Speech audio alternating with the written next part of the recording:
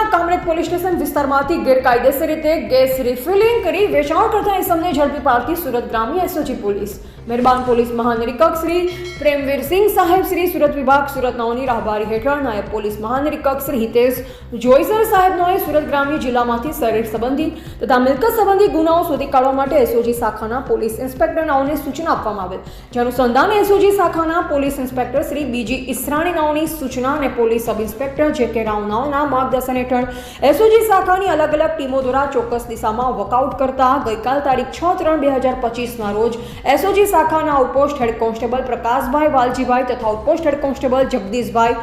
કામરાજભાઈ નાઓને તેઓના સંયુક્ત બાતમીદાર થકી બાતમી હકીકત મળેલ કે જે આધારે ખોલવડ ગામની સીમમાં ગોકુલનગર સોસાયટીના બહાર સર્વિસ રોડ ઉપર શ્રીદેવ ગેસ સર્વિસ અને વાસણ ભંડાર નામની દુકાનમાં તાલુકા કામરેજ જિલ્લા સુરત ખાતે એક ઇસમને ભારત કંપનીના 14 કિલોગ્રામના ડોમેસ્ટિક સેવન ગેસ ભરેલ બાટલા નંગે જેની કુલ કિંમત 6000 તથા ભારત કંપનીનો અર્ધ ભરેલ બાટલો નંગે જેની કિંમત ₹2500 તથા ભારત કંપનીના 14 કિલોગ્રામના ખાલી બોટલ નંગ 30 જેની કુલ કિંમત ₹60,000 તથા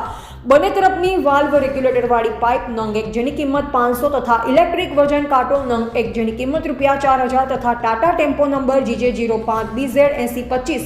જેની કિંમત ₹1,50,000 મળી કુલ કિંમત ₹2,23,000ના મુદ્દામાલ સાથે પકડી પાડેલ છે અને મળી આવેલ ઇસમ વિરુદ્ધ કાયદેસરની કાર્યવાહી કરી સદર ઇસમ અને કબજે કરેલ મુદ્દામાલને કામરેજ પોલીસ સ્ટેશન ખાતે સોંપેલ છે. જોતા રહો હર્ષિતા સમાચાર પ્રવીણ ભદાને સાથે.